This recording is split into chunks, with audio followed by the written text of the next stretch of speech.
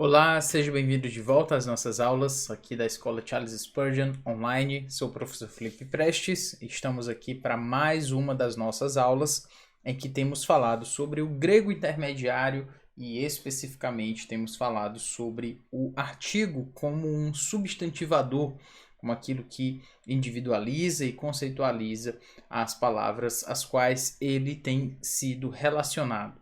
E assim a gente tem aqui o artigo ligado a orações, afirmações e citações, como uma forma de conceitualizar tudo isso de uma forma mais específica.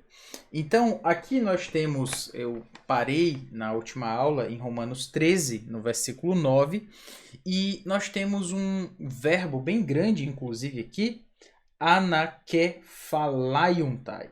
Exatamente, anakephalaiuntai.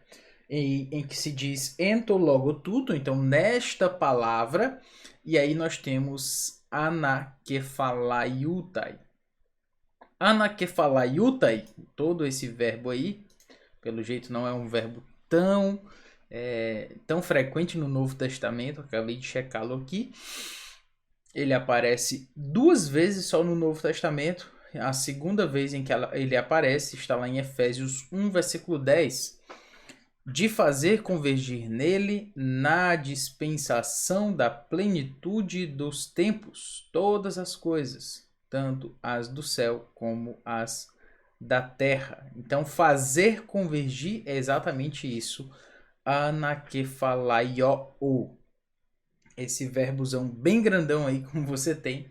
Neste caso, ele foi traduzido aqui como tudo se resume.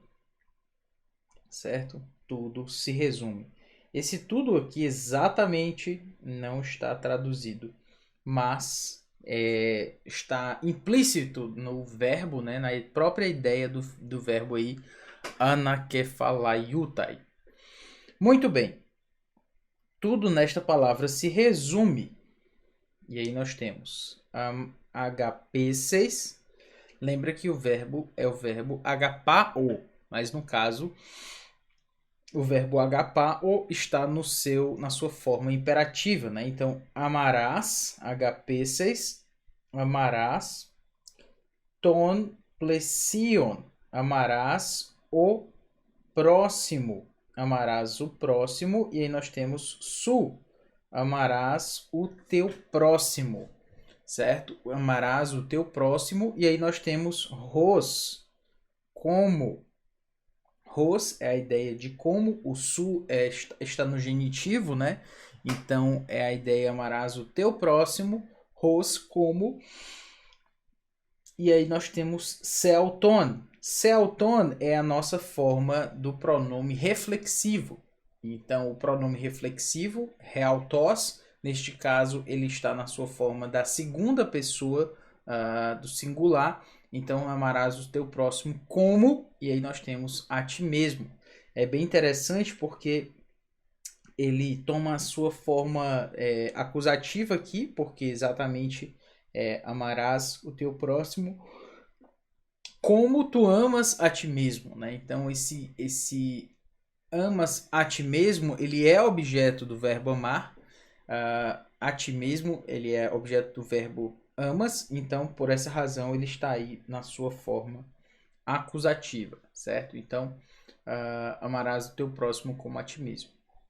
Voltando aqui para o nosso artigo, basicamente nós temos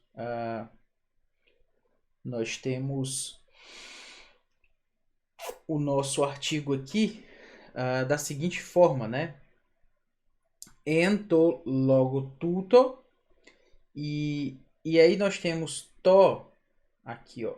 To, como você pode perceber, ele é um artigo neutro. Essa estrutura ela é muito comum em relação aos artigos neutros. Então, esse artigo neutro é aquilo que, digamos assim, apresenta a ideia, coloca a ideia de um artigo e de uma citação, né? No caso aí, a citação é uma citação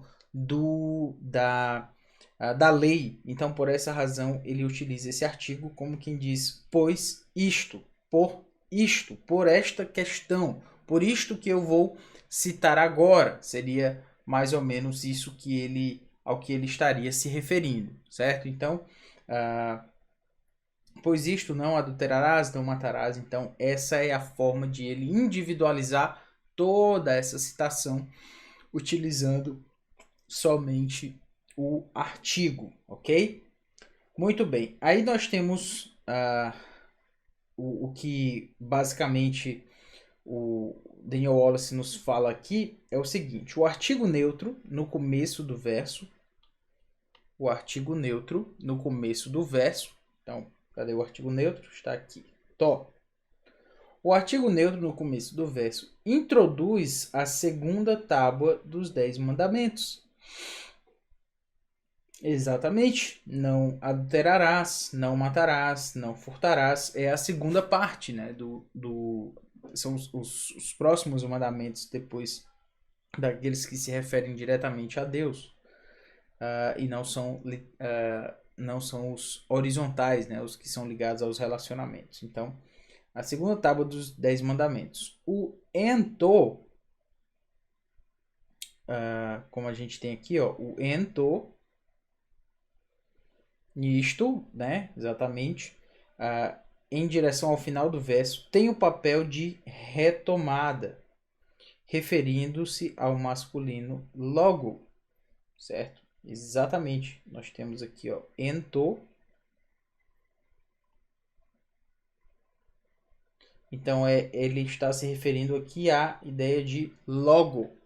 E esse logo, como a gente tem antes aqui, ó, tudo nesta palavra se resume. E aí nós temos a palavra ento.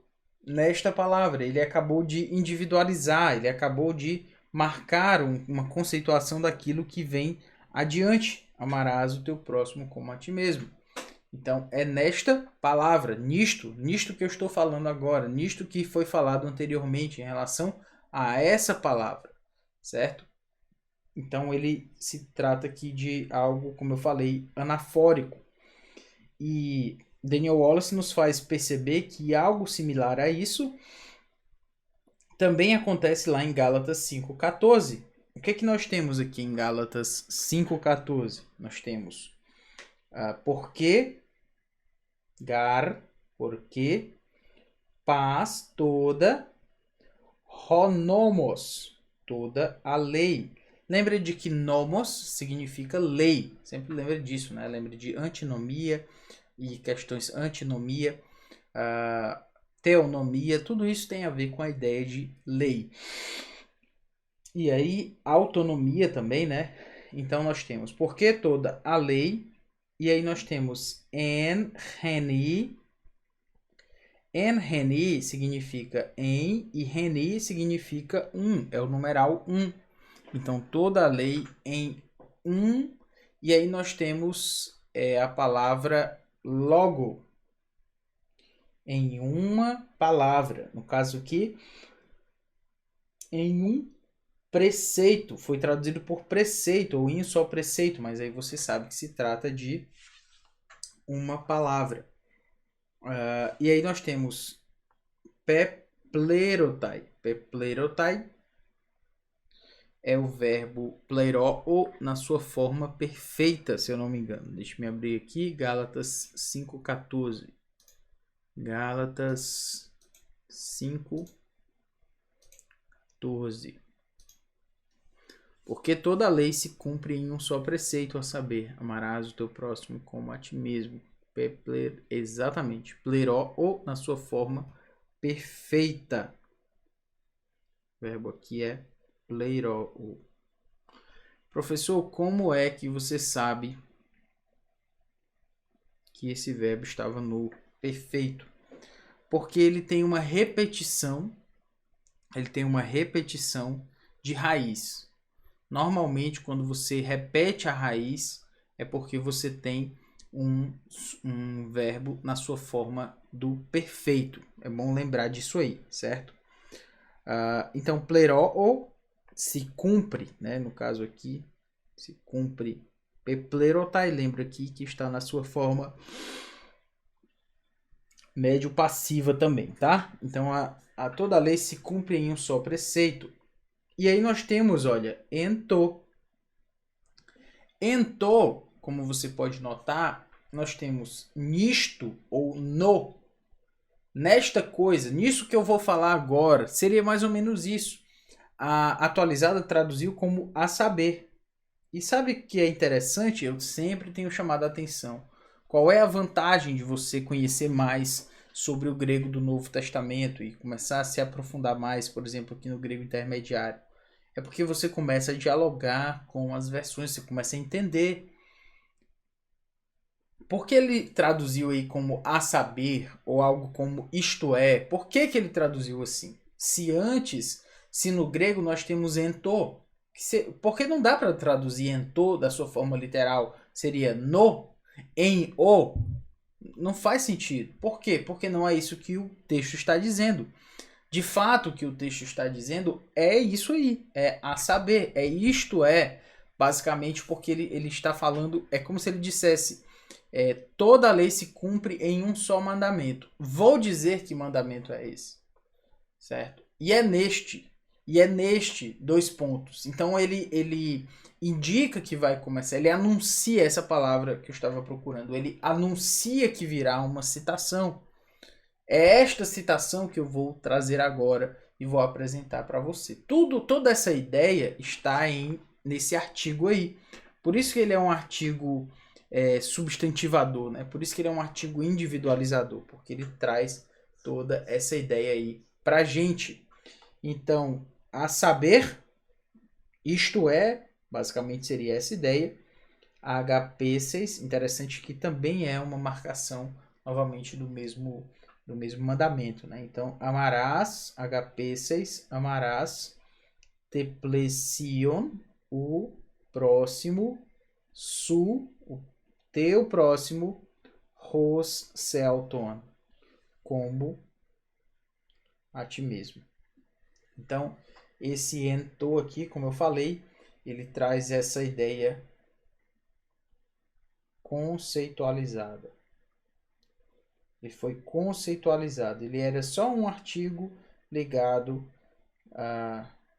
Era só um artigo, mas finalmente ele está agora anunciando uma citação, chamando a atenção para que uma citação será apresentada e a pessoa que vai ouvi-lo precisa aprender sobre isso.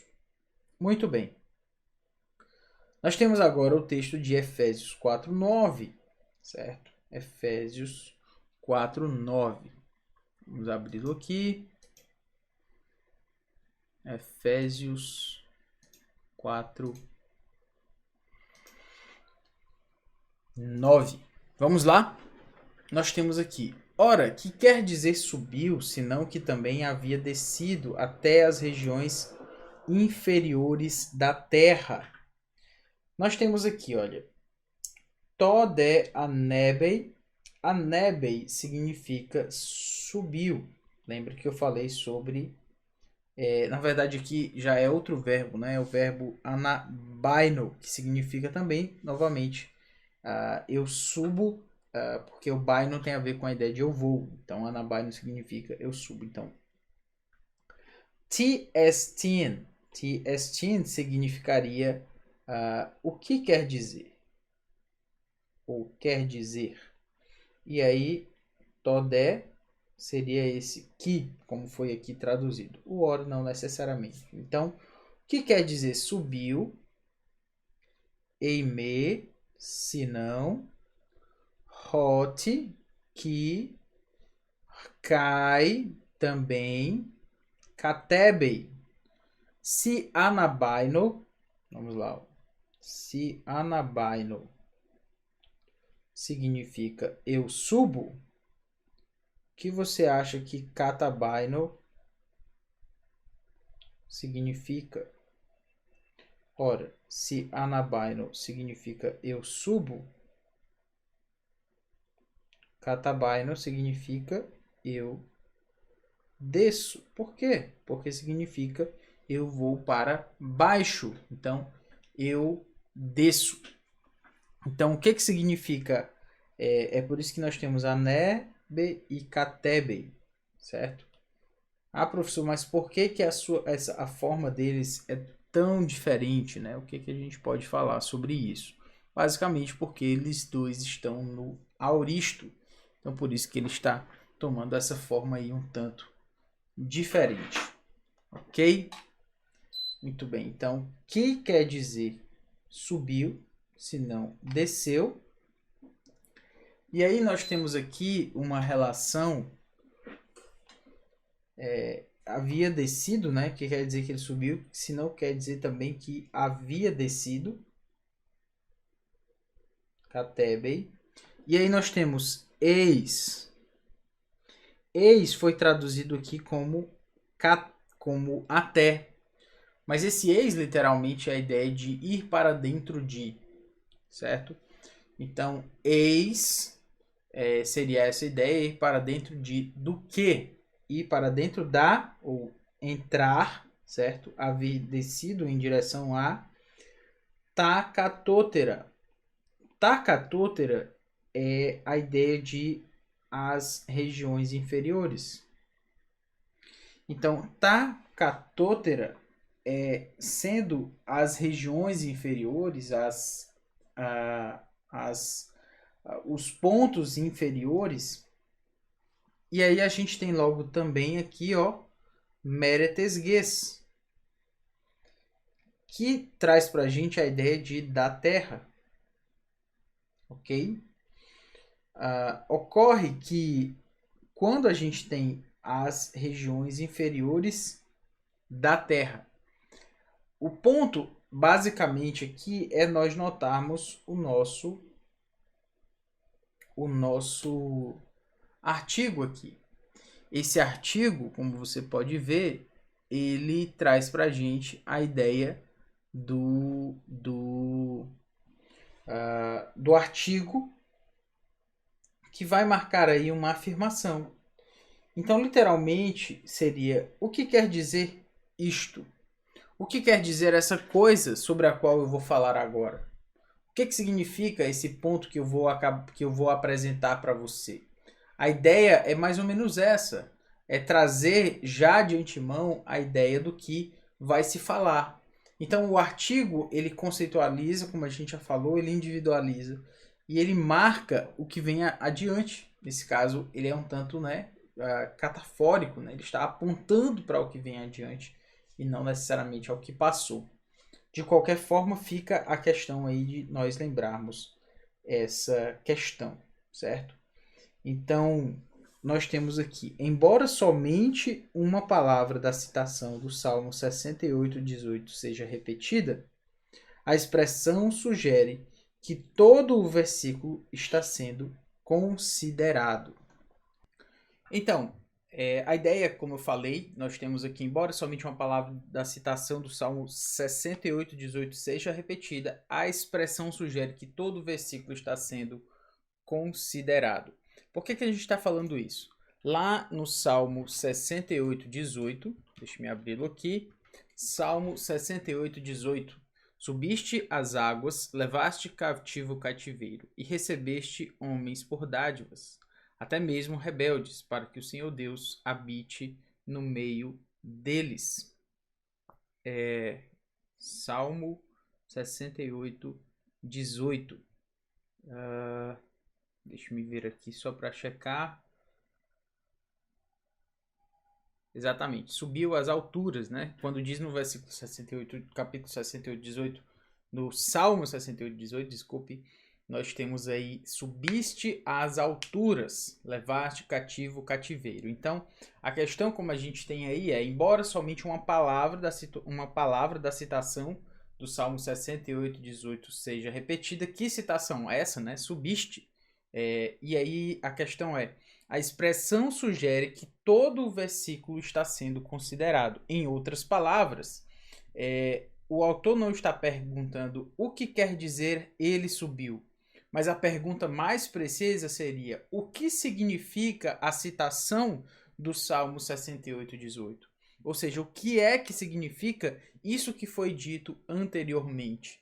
certo? Então, o artigo ele marca esse remeter-se ao que foi dito anteriormente. Não somente, não é só o que quer dizer subiu, mas o que quer dizer tudo aquilo que foi falado referente ao que diz ele subiu, ou seja, o que quer dizer o Salmo 68:18, o que quer dizer essa citação.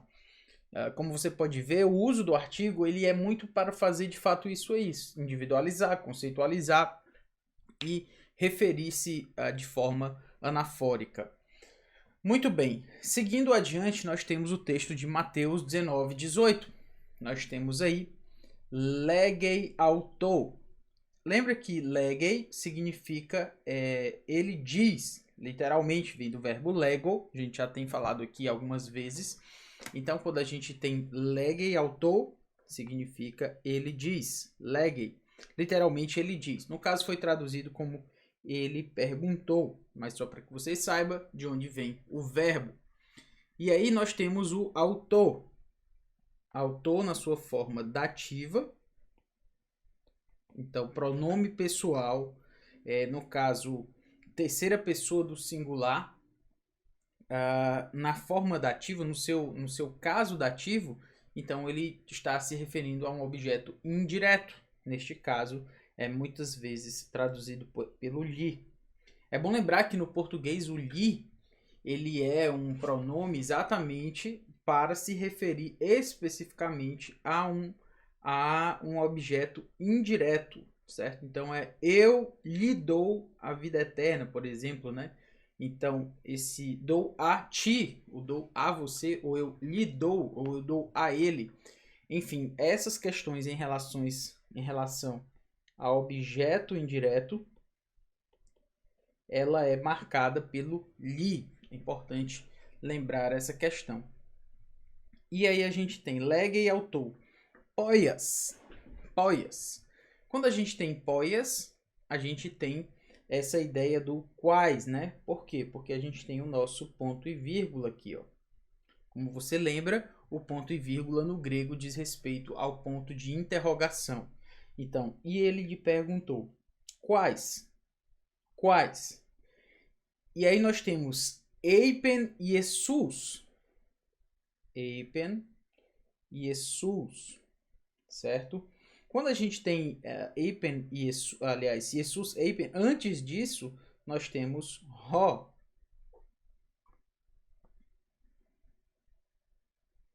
Temos o de, que nesse caso não foi traduzido. Lembra que o eipen também significa ele disse, né? Mas no caso foi traduzido como ele respondeu. E Jesus, obviamente, Jesus. Então, Jesus assim respondeu. Tó, olha aí, ó, tó, e aí ele tem o fonel 6. Não matarás. O moirel 6. Não adulterarás. O clep 6. Não furtarás. O pseudo-martirê 6.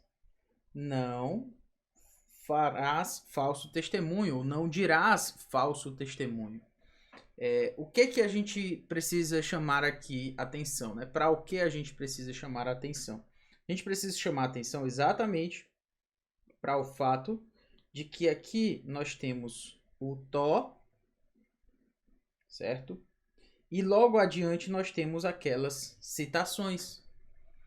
E então ele lhe perguntou quais? Jesus perguntou. Aliás, Jesus respondeu: não matarás, não adulterarás. Só que antes dele fazer a citação, como é que ele anuncia que daí vem uma citação? E por que é uma citação? Ora, é uma citação dos mandamentos.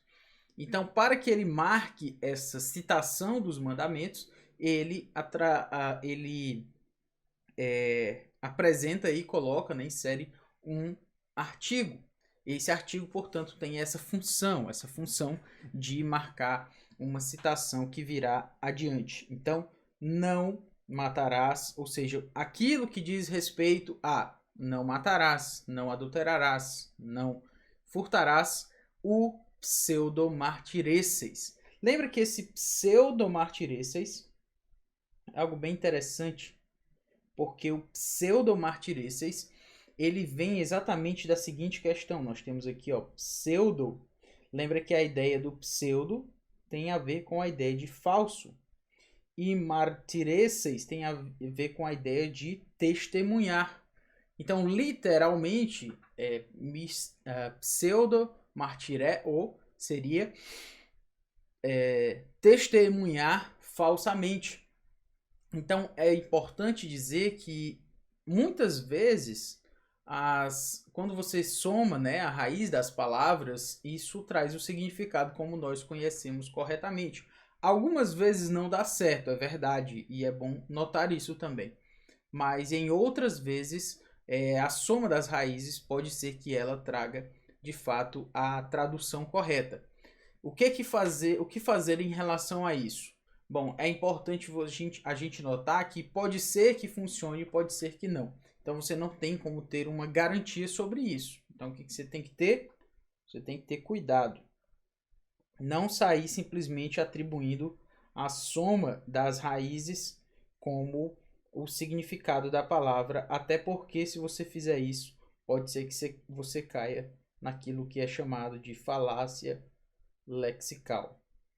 Ou seja, é uma forma de você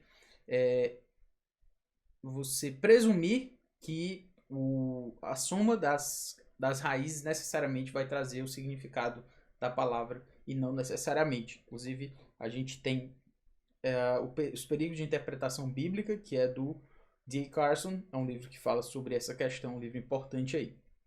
Muito bem, é isto. Ficamos por aqui na próxima aula, então continuaremos. Um grande abraço e até mais. Valeu!